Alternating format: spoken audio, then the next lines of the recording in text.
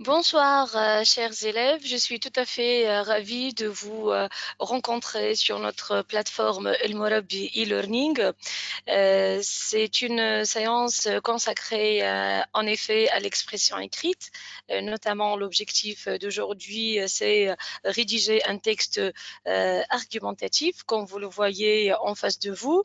Le sujet qui me tient au cœur, c'est en effet le sujet de la liberté, parce que si vous regardez de près les thèmes que vous avez au programme, à savoir partage, engagement en littérature, poésie, l'appel de la modernité,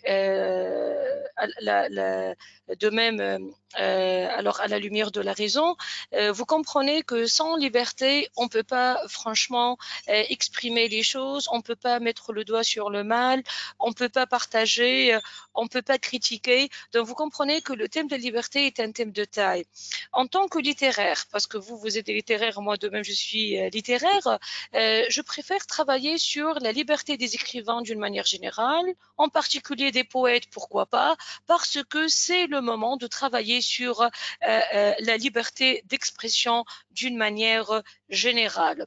Donc, vous êtes avec Madame Eya, votre professeure de français. J'espère que nous allons passer ensemble une agréable soirée. Donc, en face de vous, vous avez le sujet. Jean-Yann, c'est humoriste, c'est-à-dire un comédien, brandit ce slogan. Il est interdit d'interdire. Pensez-vous que la liberté des écrivains doit être sans limite? Vous exprimerez votre point de vue dans un texte cohérent. En effet, la notion de texte cohérent est très importante dans la mesure où l'élève est appelé à rédiger un texte avec une introduction, un développement et une conclusion. En français, vous savez pertinemment, on n'a pas le droit au paragraphe, donc il faut rédiger un texte. La question, donc, le texte de notre sujet contient deux parties fondamentales. Donc, d'abord, il y a ce qu'on appelle la thèse. La thèse, elle est sous forme de slogan. D'accord.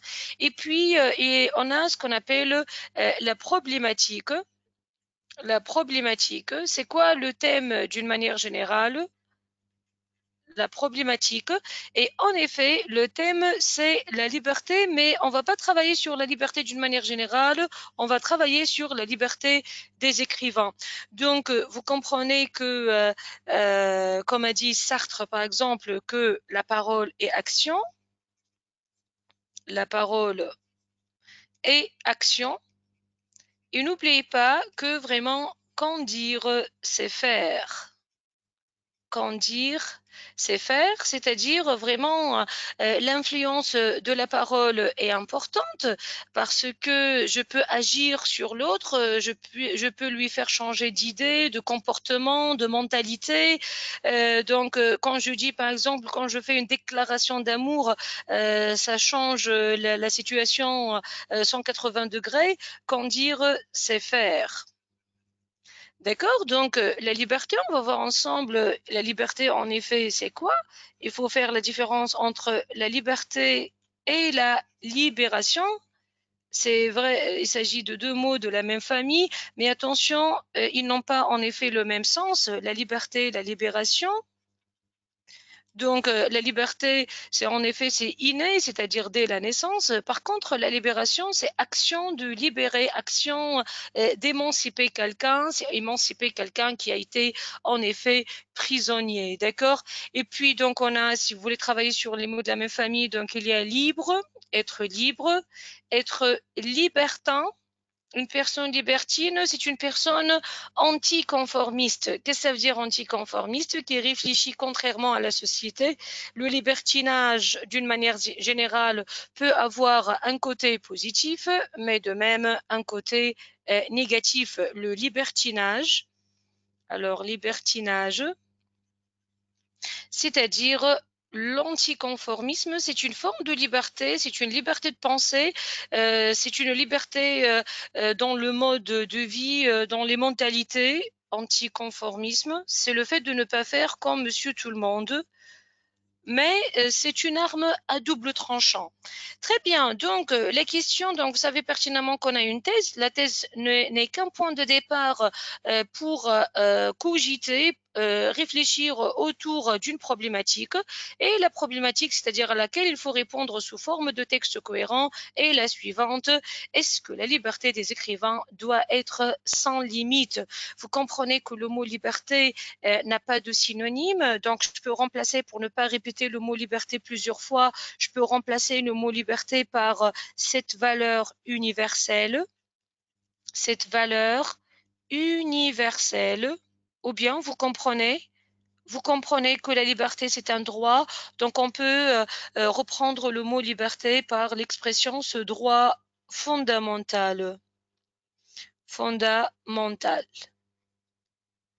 OK? Et puis, vous avez l'expression sans limite, c'est l'équivalent de l'adjectif illimité, d'accord? Ou bien absolu, ou bien démesuré. Donc, vous comprenez que avant même de commencer à rechercher les idées, il vaut mieux faire un petit travail sur le sujet. Donc, vous devez avoir dans la tête qu'un sujet contient généralement deux parties fondamentales. D'une part, la thèse, ce n'est qu'un point de départ. Et puis, vous avez la problématique. Vous êtes censé axer votre travail sur la question proposée, en effet, dans la problématique. La problématique aujourd'hui tourne autour, en effet, de la liberté des écrivains, et la question: est-ce qu'elle doit être sans limite, c'est-à-dire sans frontières? Bien, donc avant de commencer peut-être, parce que tout à l'heure on va essayer quand même de rechercher les idées ensemble, par contre excusez-moi, on va faire des introductions ensemble. Je préfère qu'on commence par cette partie-là, c'est-à-dire le fait de rédiger des introductions. Vous comprenez qu'une introduction contient trois parties: une phrase d'amorce, c'est-à-dire de commencement, et puis on insère la thèse. D'accord? Et vers la fin, on pose la problématique.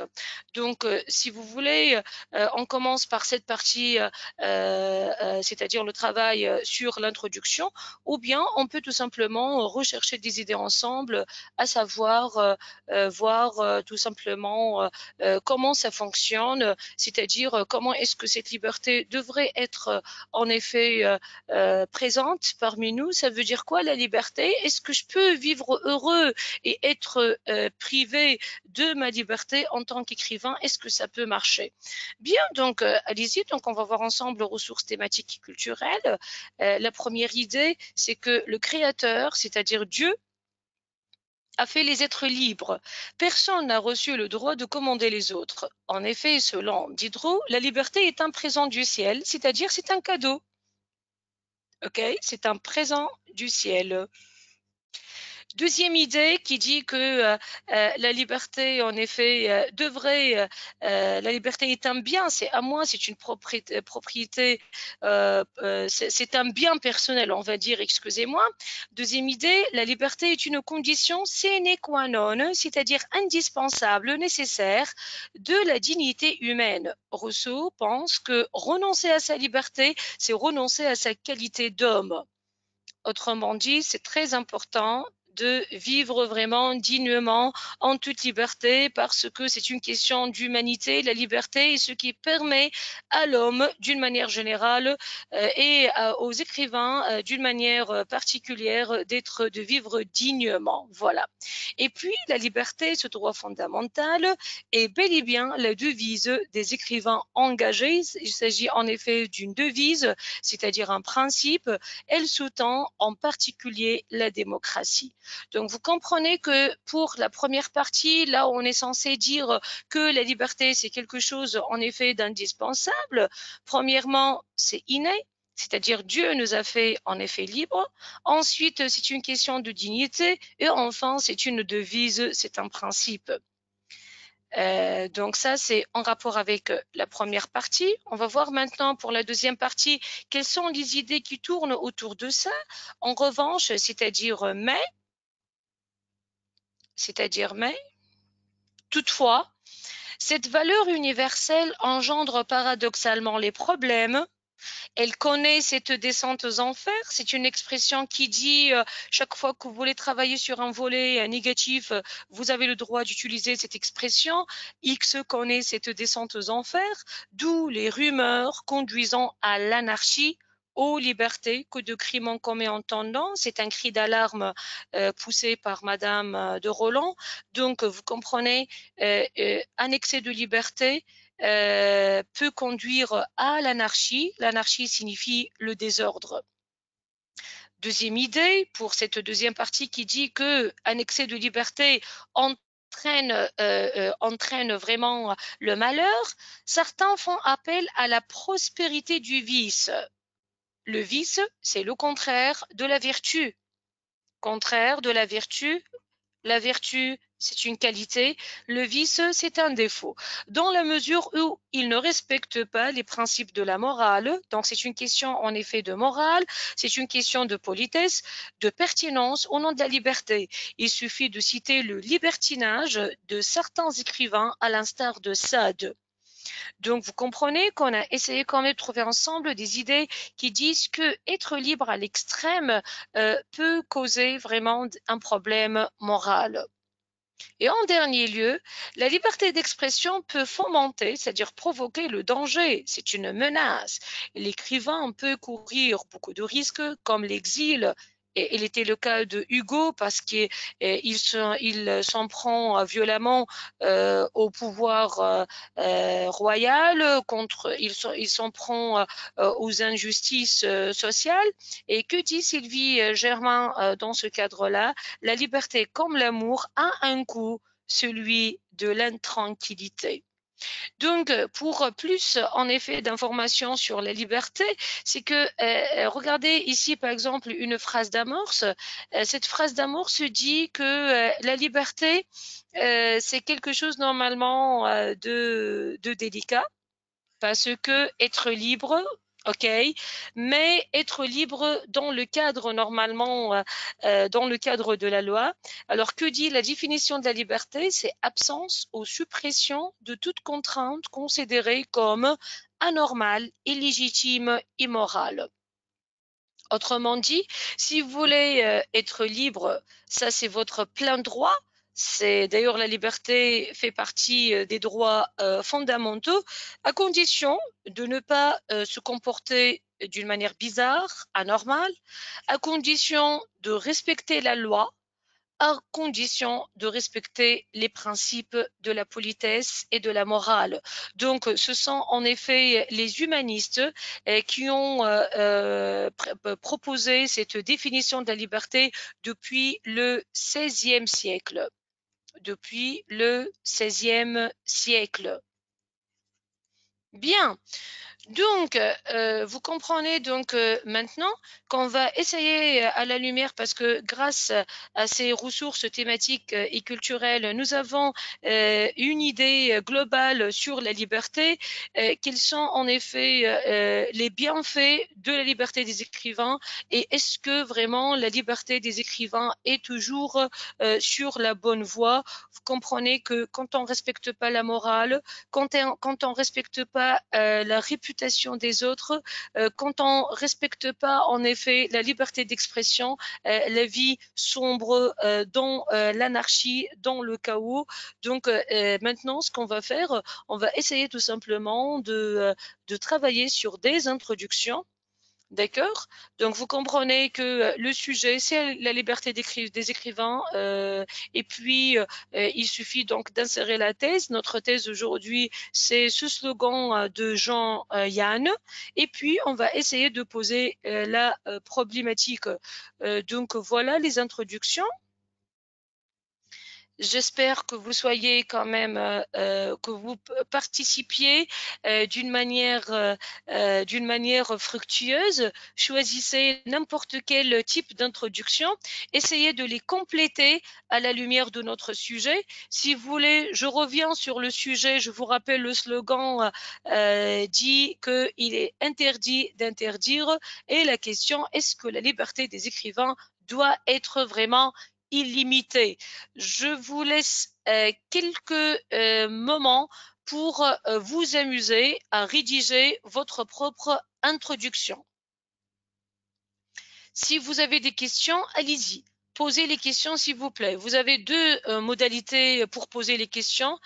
Soit vous levez votre main, d'accord, je clique et vous pouvez ainsi poser votre question directement. Soit vous passez un message par écrit et je suis là à votre disposition.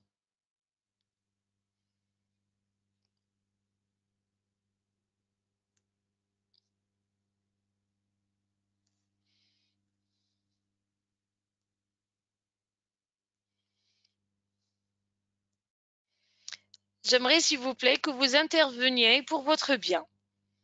Vous avez des types d'introduction, d'accord?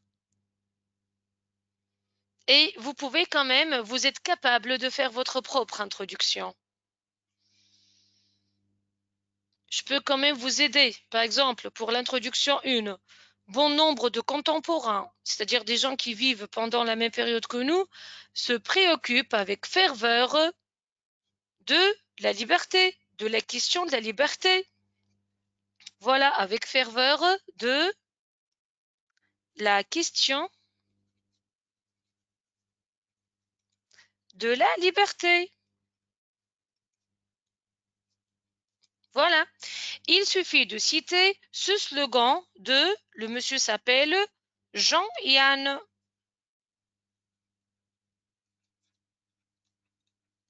Donc, deux points, entre guillemets, que dit le slogan? Il est interdit d'interdire. Voilà.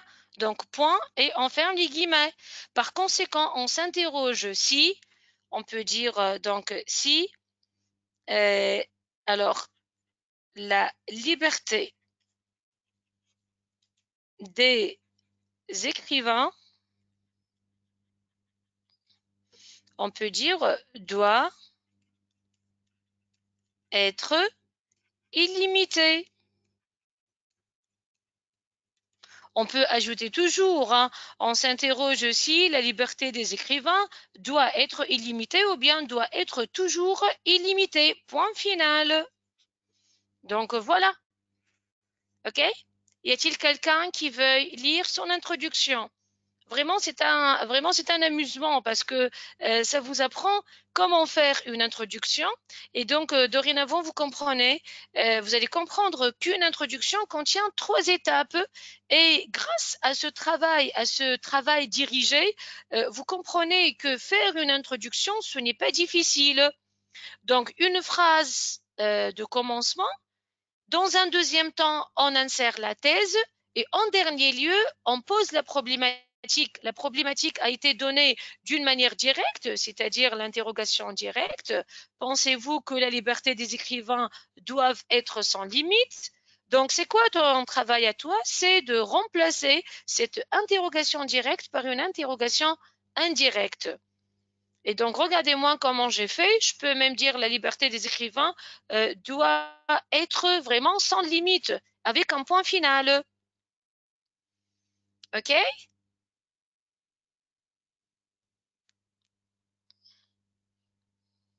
Bien.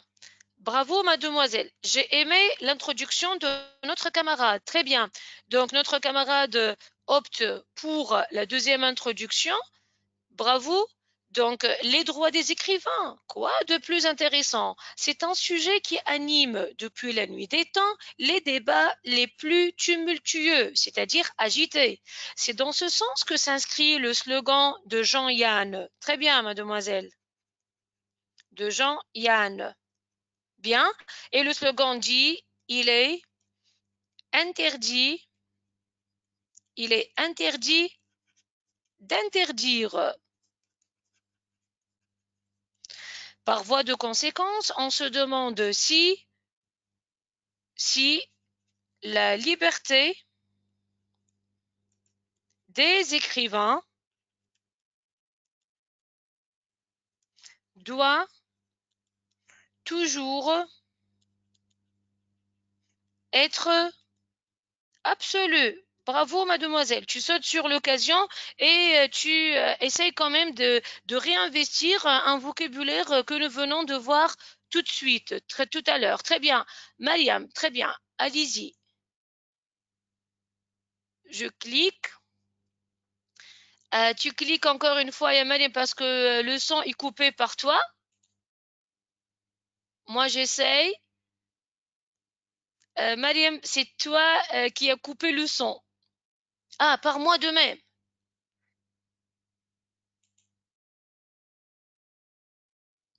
Je ne sais pas pourquoi ça marche pas, Mariam. J'aurais aimé écouter ta belle voix. Sinon, tu peux intervenir par écrit, c'est-à-dire, d'accord?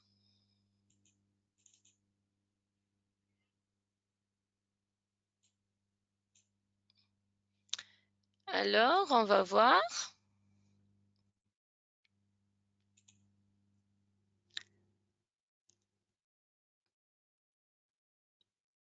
Bien, donc on va voir. Il y a une camarade, bravo, une camarade qui donne de même, qui propose une autre introduction. Notre camarade choisit l'introduction 3. D'accord? Je vous montre l'introduction 4, comme ça vous pouvez avoir d'autres idées.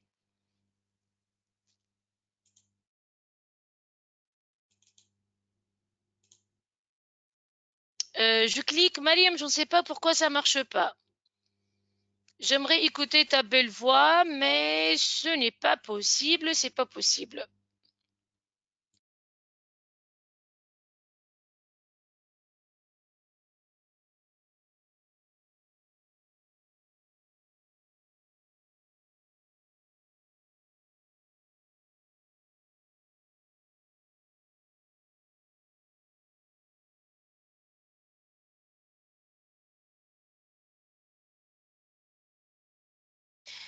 Bien, donc notre camarade propose l'introduction suivante. Notre camarade travaille sur l'introduction 3. La liberté, chanter, vanter, adorer, elle est au cœur de bon nombre d'écrits de genre littéraire. Il suffit de citer ce slogan. Il est interdit, il est interdit d'interdire. Bien, on se demande donc si cette valeur universelle, cette valeur universelle doit être démesurée. Bravo, mademoiselle, c'est bien travaillé. Merci, donc on fignole davantage notre style.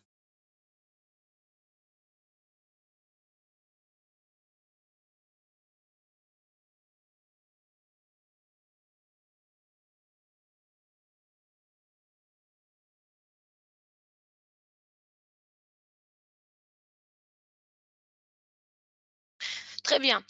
Mariam, s'il te plaît, ouvre le micro parce que le son est coupé par toi. Bravo, très bien. Allez-y, Mariam, je t'écoute. Bonsoir. Bonsoir, madame. Oui, J'ai allez-y, très choisi bien, exprime-toi, Mariam, s'il te plaît.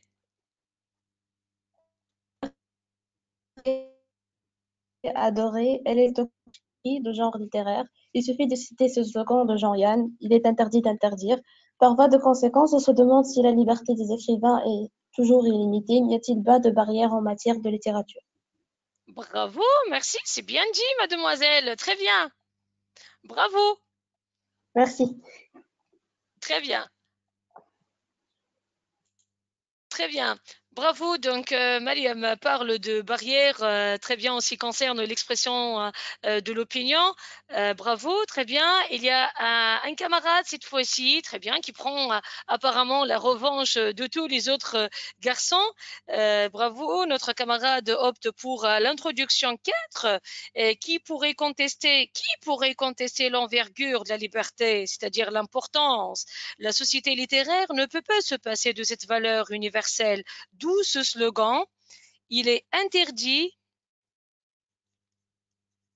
il est interdit d'interdire. Très bien. Par conséquent, une question trouve toute sa légitimité. Donc,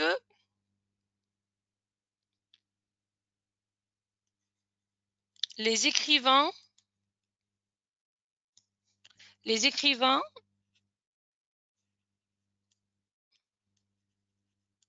doivent-ils s'exprimant toujours librement, sans aucune contrainte? Bravo, monsieur. Très bien. Bravo, très bien. Donc, je suis tout à fait. Doit-il s'exprimer? Excusez-moi. Voilà. Voilà. Donc, on relit cette introduction 4 fournie par notre camarade, bravo monsieur, qui pourrait contester l'envergure de la liberté. La société littéraire ne peut pas se passer de cette valeur universelle, d'où ce slogan. Il est interdit d'interdire. Par conséquent, une question trouve toute sa légitimité. Les écrivains doivent-ils s'exprimer toujours librement, sans aucune contrainte? Point d'interrogation. Très bien. Bravo, moi je suis tout à fait contente parce que vous participez, vous enrichissez en effet ce TD grâce à votre intervention. Bravo, donc on a essayé quand même de varier les choses. Vous comprenez une question, la problématique peut être posée selon une interrogation directe ou bien indirecte. Je suis contente parce que on a fait une évolution dans le fait de poser la problématique. Première problématique, elle est pratiquement terre à terre, c'est-à-dire on a essayé quand même d'être collé à la problématique initiale et ça c'est bien. Pourquoi? Parce que il y a quand même la contrainte de la compréhension. Je peux être excellent en français, je pose une question, mais malheureusement, en effet, je pose une autre. En réalité, je pose une autre question si vraiment je fais un travail forcé de vocabulaire sur la problématique du départ. Donc, regardez-moi cette première problématique. Par conséquent, on s'interroge si la liberté des écrivains doit être illimitée. Je peux même dire doit être sans limite. Et est où le mal? D'accord? Parce que j'ai toujours normalement la crainte de poser une autre problématique. Deuxième problématique, par voie de conséquence, on se demande si la liberté des écrivains doit toujours être absolue. Un petit travail sur le vocabulaire vraiment engage beaucoup normalement l'élève. Troisième problématique, on se demande donc si cette valeur, excusez-moi, regardez quand on relit les choses. Mademoiselle, ne soyez pas quand même, ne vous fâchez pas contre moi. Vous avez écrit cette valeur, d'accord, universelle, très bien. On se demande donc si cette valeur universelle doit être démesurée. Très bien, donc voilà, c'est bien quand même de relire les choses. Et puis à la fin, on a opté pour un autre genre d'interrogation, c'est l'interrogation directe, à condition de savoir faire l'inversion du sujet. Par conséquent, une question trouve toute sa légitimité. Les écrivains doivent-ils s'exprimer toujours librement, sans aucune contrainte? Point d'interrogation. Très bien. Donc, après avoir travaillé sur les introductions, j'espère que c'est un travail qui vous plaît. On va essayer maintenant de regarder de près les idées qu'on vient normalement de découvrir ensemble. Je vous rappelle que la première idée dit que la liberté, c'est inné. C'est-à-dire vraiment, l'écrivain est un être humain digne en effet de sa liberté parce que c'est une question de dignité, parce que c'est un droit fondamental, parce que c'est quelque chose qui pousse l'écrivain à créer, à innover, parce que c'est quelque chose de fondamental dans l'expression d'un mal collectivement vécu. En tant qu'écrivain, je peux être vraiment porte-parole d'un peuple opprimé, d'un peuple vraiment écrasé par le poids de la dictature. D'accord, très bien, mais en effet, la liberté, elle connaît cette descente aux enfers dans la mesure où on respecte pas la vie privée des autres, on respecte pas la réputation des autres, on essaye quand même de faire propager les rumeurs, faire propager de même les vices d'une manière générale, sans aucun respect en effet envers la morale, envers la politesse. Et en dernier lieu, une liberté démesurée peut encuire à l'écrivain d'une manière générale parce qu'il risque sa vie, il risque beaucoup de choses. N'oubliez pas que Émile Zola, après avoir écrit le fameux article J'accuse, quelques mois après cet article-là, il est trouvé mort dans son appartement et vraiment sa mort était jusqu'à nos jours soupçonnée. D'accord? Très bien. Donc, il y a un type de vocabulaire porter atteinte à la liberté d'expression, museler quelqu'un, c'est-à-dire empêcher de parler, censurer un livre. La censure, c'est-à-dire les ciseaux, le fait de contrôler tout. Est-ce que c'est bien? Est-ce que c'est pas bien? Donc, ça, c'est vraiment un sujet de réflexion. Donc, qu'est-ce qu'on va faire maintenant? On a normalement un schéma textuel. On va essayer. Ce que vous avez devant les yeux sur votre écran, ce sont des idées. Le problème, vous comprenez, ce n'est pas un problème d'idées, c'est un problème de méthodologie. Autrement dit, comment mettre les idées en texte, ça c'est le plus important. C'est-à-dire tout le monde peut avoir des idées. De nos jours, grâce au progrès technologique, il suffit de cliquer pour avoir vraiment d'innombrables idées sur la liberté des écrivains. Le problème, ce n'est pas un problème d'idées, mais c'est un problème de méthodologie de travail. Comment mettre les idées en texte, ça c'est très important.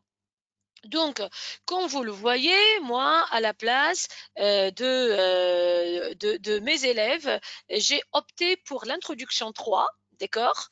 Notre camarade, celle qui a trouvé tout à l'heure, celle qui a opté pour l'introduction 3, va se sentir quand même flattée.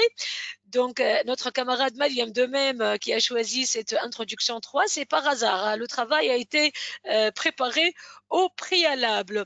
La liberté, chanter, vanter, adorer, elle est au cœur de bon nombre d'écrits de genre littéraire.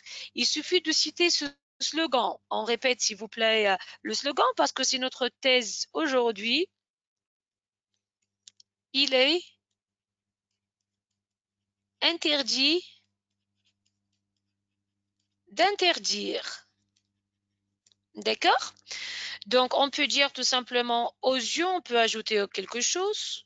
Aux yeux de Jean-Yann. On se demande donc si les écrivains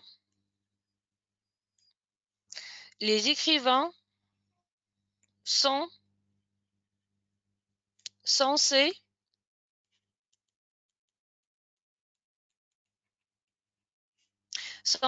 s'exprimer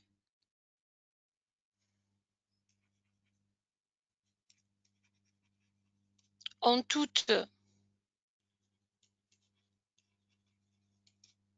liberté, sans aucune contrainte ou bien barrière, comme a dit notre camarade tout à l'heure. Très bien. Autrement dit, il n'y a pas de barrière dans le domaine de la liberté d'expression, dans le domaine dans le domaine littéraire d'une manière générale. Très bien. Donc, on relit comme ça, on vérifie l'orthographe. La liberté, chanter, vanter, adorer, elle est au cœur de bon nombre d'écrits de genre littéraire. Il suffit de citer ce slogan. Il est interdit d'interdire aux yeux de Jean-Yann. On se demande donc si les écrivains sont censés s'exprimer en toute liberté, sans aucune contrainte. Point final. Donc, ce qu'on va faire maintenant, le schéma textuel, j'aimerais quand même vous donner un petit flash. Il contient une introduction.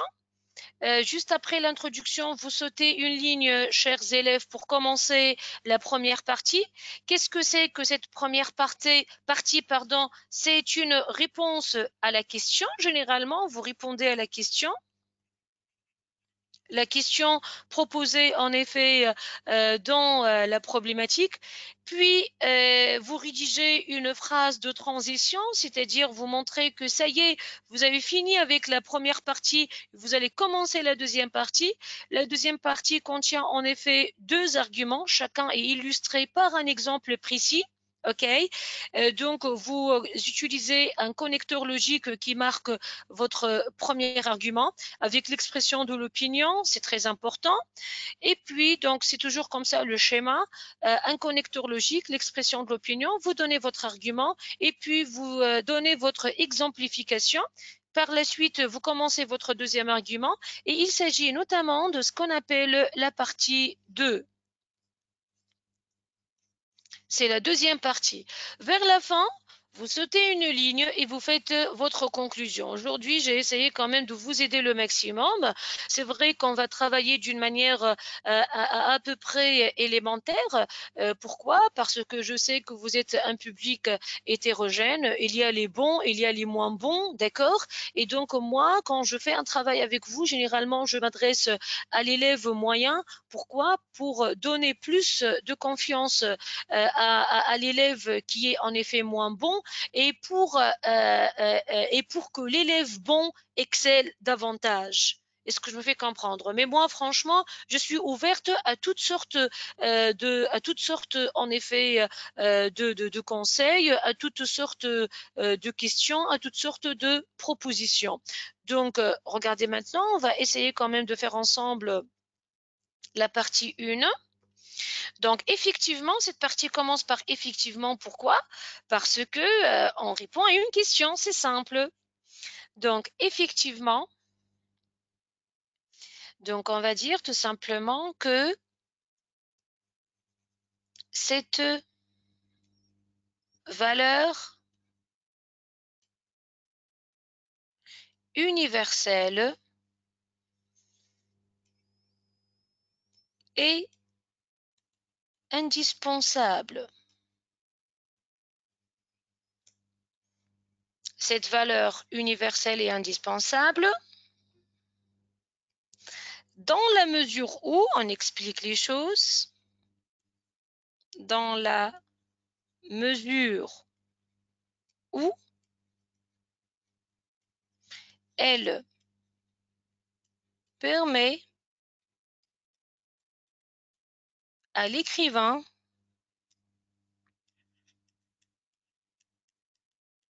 d'être entier,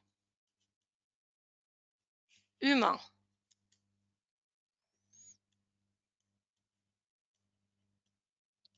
Comment priver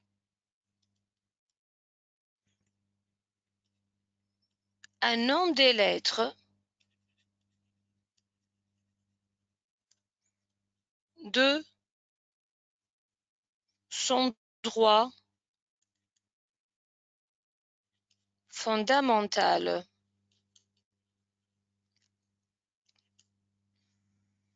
Alors, on va dire tout simplement, c'est grâce à la liberté que l'écrivain donne libre cours à sa créativité, virgule, en particulier. On insère la notion de en particulier parce que parmi toutes les choses en ce qui concerne l'écrivain, on a choisi particulièrement la créativité. Donc quand vous dites en particulier, c'est-à-dire ça c'est votre exemple. J'aimerais vous rappeler la chose suivante. Oui, très bien, c'est vital. Bravo, Monsieur Bilel, très bien. Donc, j'aimerais vous dire la chose suivante. Un exemple, il peut être le titre d'un texte que vous avez vu en classe. Ça pourrait être une citation. Ça pourrait être puisé dans votre culture générale. Ça pourrait être un exemple que vous avez vu en histoire avec H majuscule.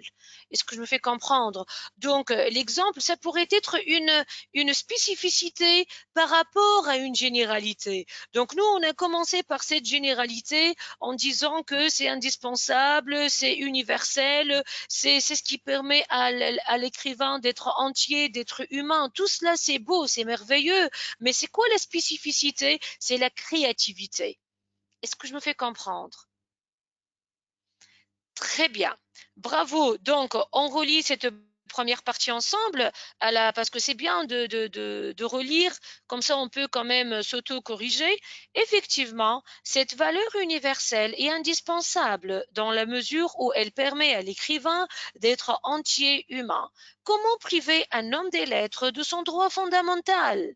Ou bien, comme a dit notre camarade, vital. C'est grâce à la liberté que l'écrivain donne libre cours à sa créativité, en particulier. Point final. Bravo, Monsieur Bilel. On peut même de même travailler sur la valeur éthique. Pourquoi pas? On peut spécifier la partie exemple pour travailler tout simplement sur la valeur éthique de cette expression et de cette liberté d'expression en rapport avec l'écrivain. Bravo, je suis tout à fait contente de cette interaction. Bien. Arrive maintenant la partie transition, c'est-à-dire je montre à mon correcteur que j'ai fini cette première partie et que je commence maintenant une deuxième partie. La transition, il vaut mieux qu'il y ait dans cette partie transitoire l'expression de la concession. Autrement dire par exemple, il est vrai, il est vrai que cette conception, c'est-à-dire idée, c'est-à-dire opinion, il est vrai que cette conception est pertinente, c'est-à-dire valable, vraie, virgule, mais, mais je la partage partiellement, c'est-à-dire en partie.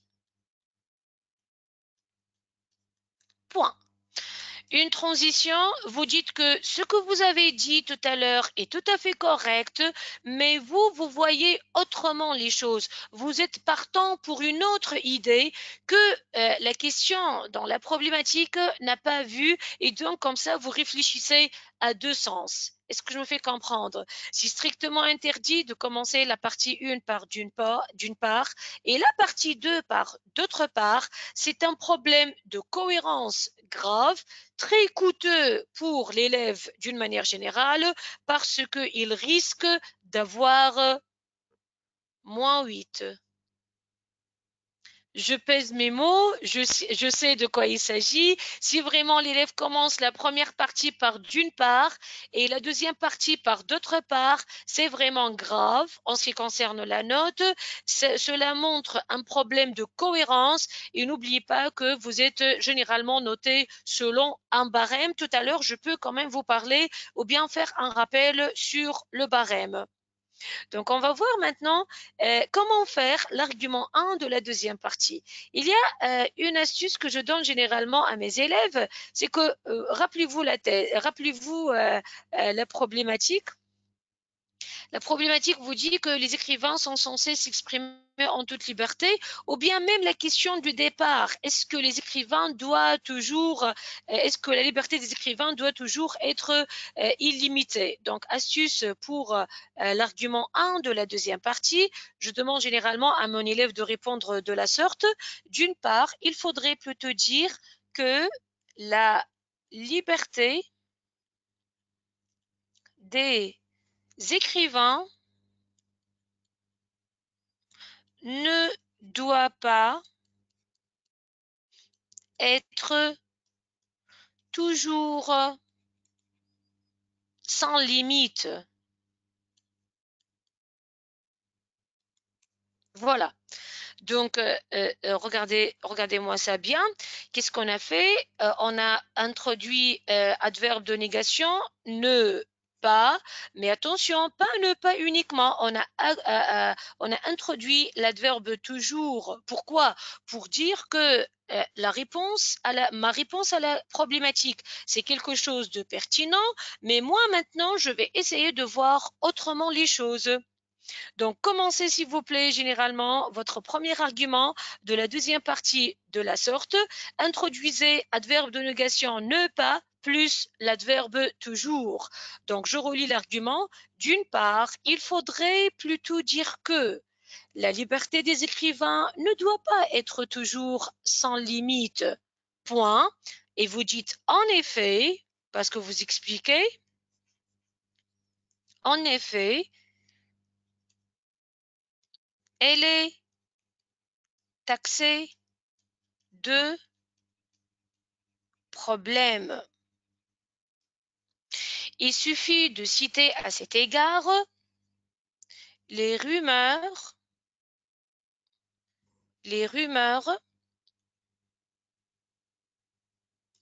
qui sont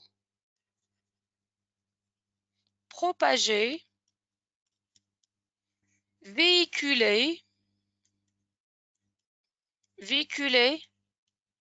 par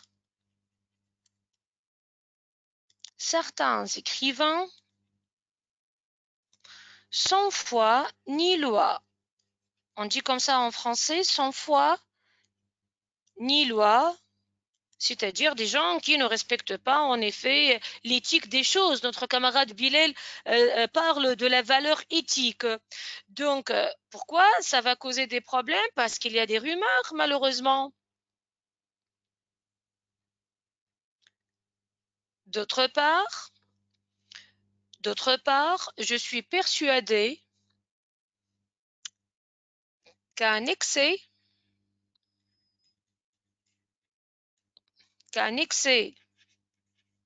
de liberté entraîne l'anarchie. Qu'un excès de liberté entraîne l'anarchie, d'où le dérèglement qui gagne du terrain.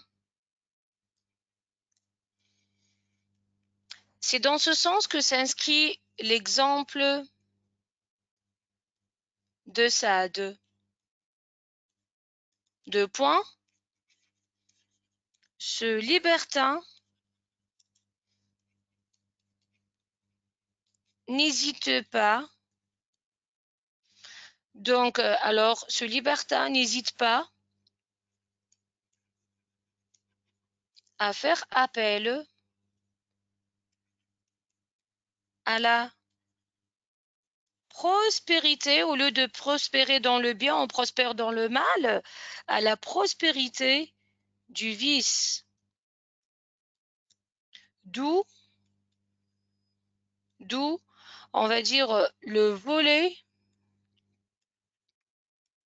négatif de l'anticonformisme.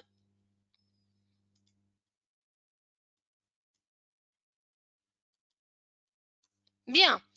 Donc, on aurait pu quand même de même travailler sur la manipulation. Bon nombre d'écrivains, pour travailler en effet des agendas politiques, ont tendance à manipuler l'opinion publique. Donc, vous comprenez, un écrivain avec sa liberté, c'est vraiment une arme à double tranchant, c'est comme une médaille à double revers. Donc, on va voir ensemble, s'il vous plaît, cette deuxième partie à partir de la transition. Il est vrai que cette conception est pertinente, mais je la partage partiellement. D'une part, il faudrait plutôt dire que la liberté des écrivains ne doit pas être toujours sans limite. En effet, elle est taxée de problèmes. Il suffit de citer à cet égard les rumeurs qui sont propagées. Ici, il y a un E accent aigu ES, véhiculé E accent aigu ES, par certains écrivains sans foi ni loi. D'autre part, je suis persuadée qu'un excès de liberté entraîne l'anarchie, d'où le dérèglement qui gagne du terrain. C'est dans ce sens que s'inscrit l'exemple de Sade. Ce libertin n'hésite pas à faire appel à la prospérité du vice, d'où le volet négatif de l'anticonformisme, virgule, toujours actuel. Toujours actuel. C'est un sujet toujours d'actualité. Alors, on peut revenir sur l'exemple 2.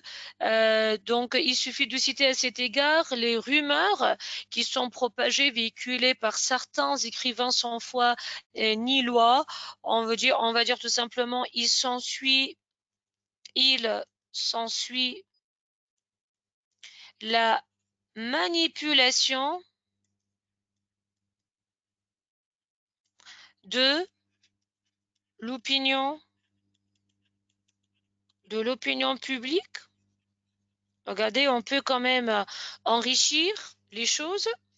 Très bien. Donc, arrivons maintenant, s'il vous plaît, donc arrivons maintenant à la conclusion. Je vous ai préparé quand même une conclusion un peu, on va dire, je ne veux pas dire modèle, mais qu'on peut normalement, dont on peut donc s'inspirer, oui, c'est ça, dont on peut s'inspirer. Donc, en résumé, la question 2 provoque des prises de position mitigées, c'est-à-dire partagées, allant de l'acceptation partielle au refus catégorique, parce que vous comprenez que dans la première partie, on a accepté partiellement la partie, c'est-à-dire la liberté des écrivains. Ensuite, on a dit, mais il faut faire attention, cette liberté peut en cuire à l'individu, vu les inquiétudes exprimées par certains contemporains. Suffirait-il donc d'arrêter pour être loin du risque? Vous comprenez que cette interrogation finale, c'est une fausse question, d'accord?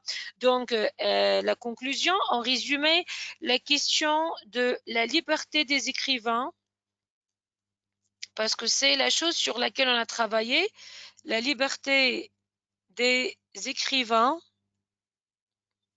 provoque des prises de position mitigées, allant de l'acceptation partielle au refus catégorique.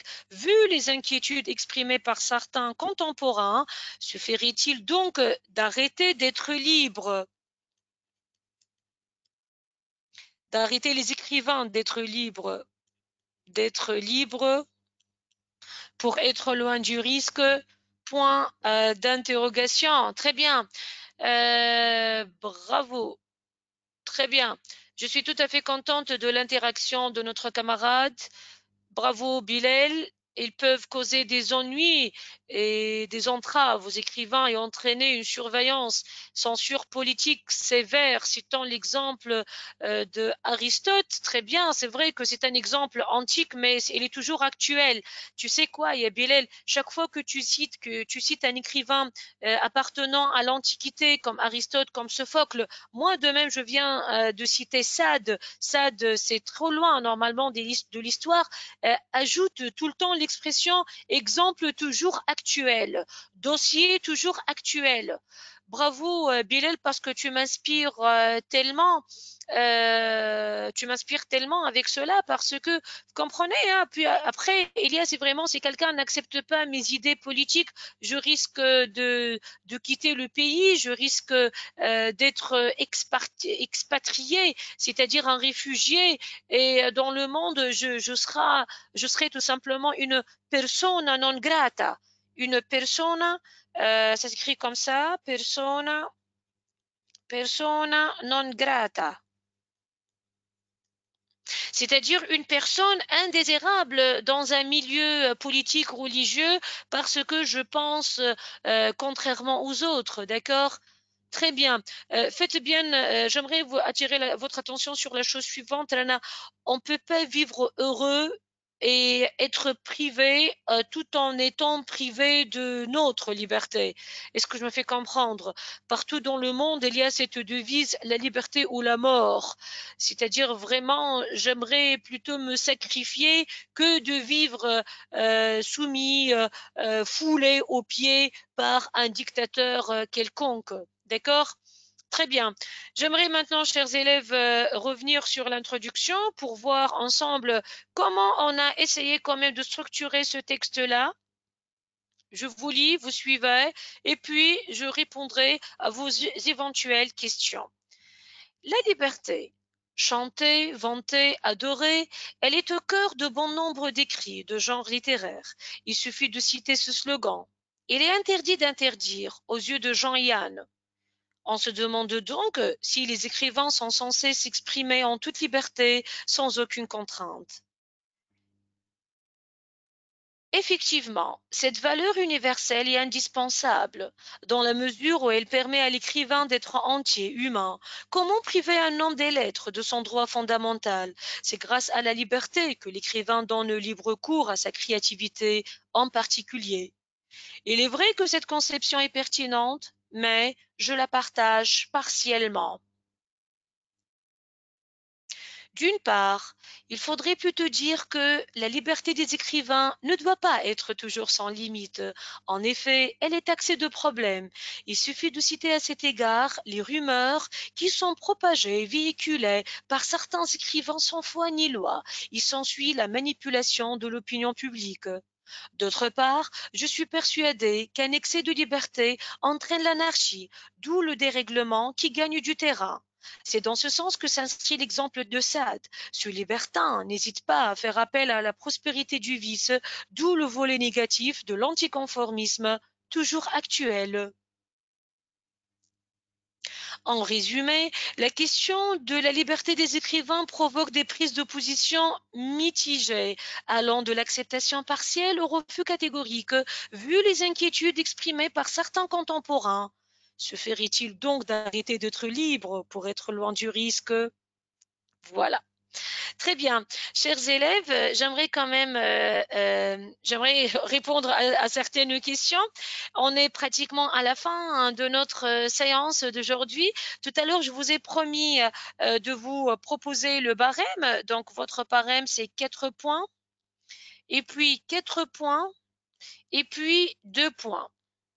Donc, les premiers 4 points, c'est côté donc cohérence et compréhension. Autrement dit, est-ce que vous avez compris votre sujet? Est-ce que vous avez fait un texte argumentatif? Est-ce que le texte contient des connecteurs logiques, expressions d'opinion? Est-ce qu'on voit vraiment réellement les trois parties, à savoir introduction, développement, conclusion? 4 points, c'est votre correction linguistique, c'est votre niveau de langue. Est-ce que vous écrivez bien ou bien vous écrivez mal? Donc, c'est noté sur 4 points. Et avec, bien sûr, la maîtrise du vocabulaire du thème, ça c'est très important. Et 2 points, est-ce que vous avez fait un travail original? C'est l'originalité. Donc, ça, c'est votre barème. Très bien. Monsieur Bilel, tu m'inspires davantage. Bien sûr, Robert. Très bien. En effet, en effet, très bien. Notre camarade Bilal pose une question très pertinente. Est-ce qu'on peut citer, par exemple, les poètes à l'instar de Robert Desnos, ou bien, je ne sais pas prononciation, on dit Denos ou bien Desnos, d'accord, ou bien Denos. Est-ce que je me fais comprendre? C'est un poète qui a milité pendant la Seconde Guerre mondiale, qui a milité grâce à sa plume. D'accord, très bien. On peut de même citer Paul Éluard. Robert, il a été, oui, très bien, il a donné le meilleur de lui-même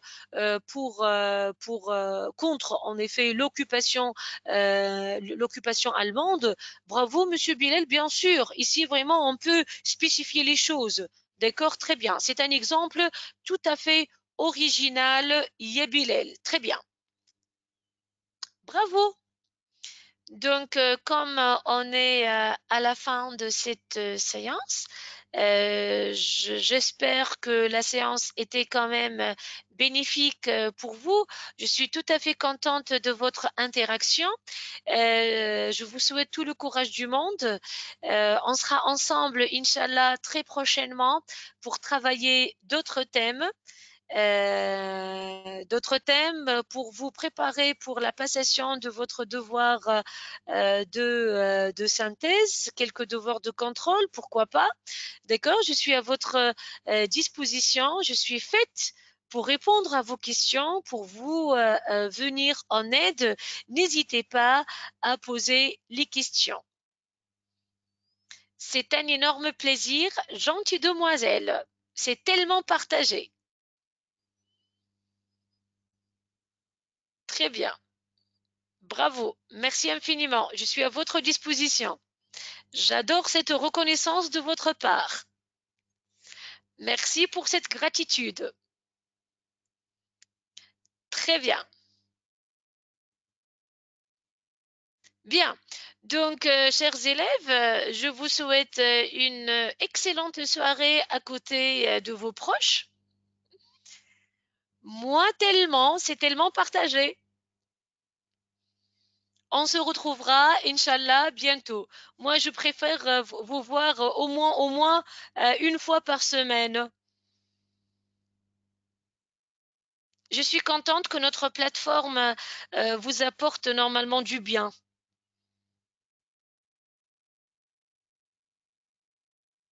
Très bien. Très ravie de votre connaissance de même.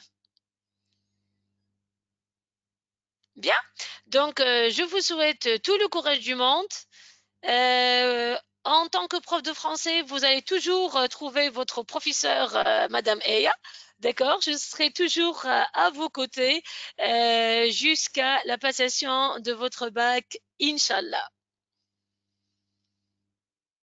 Bye bye.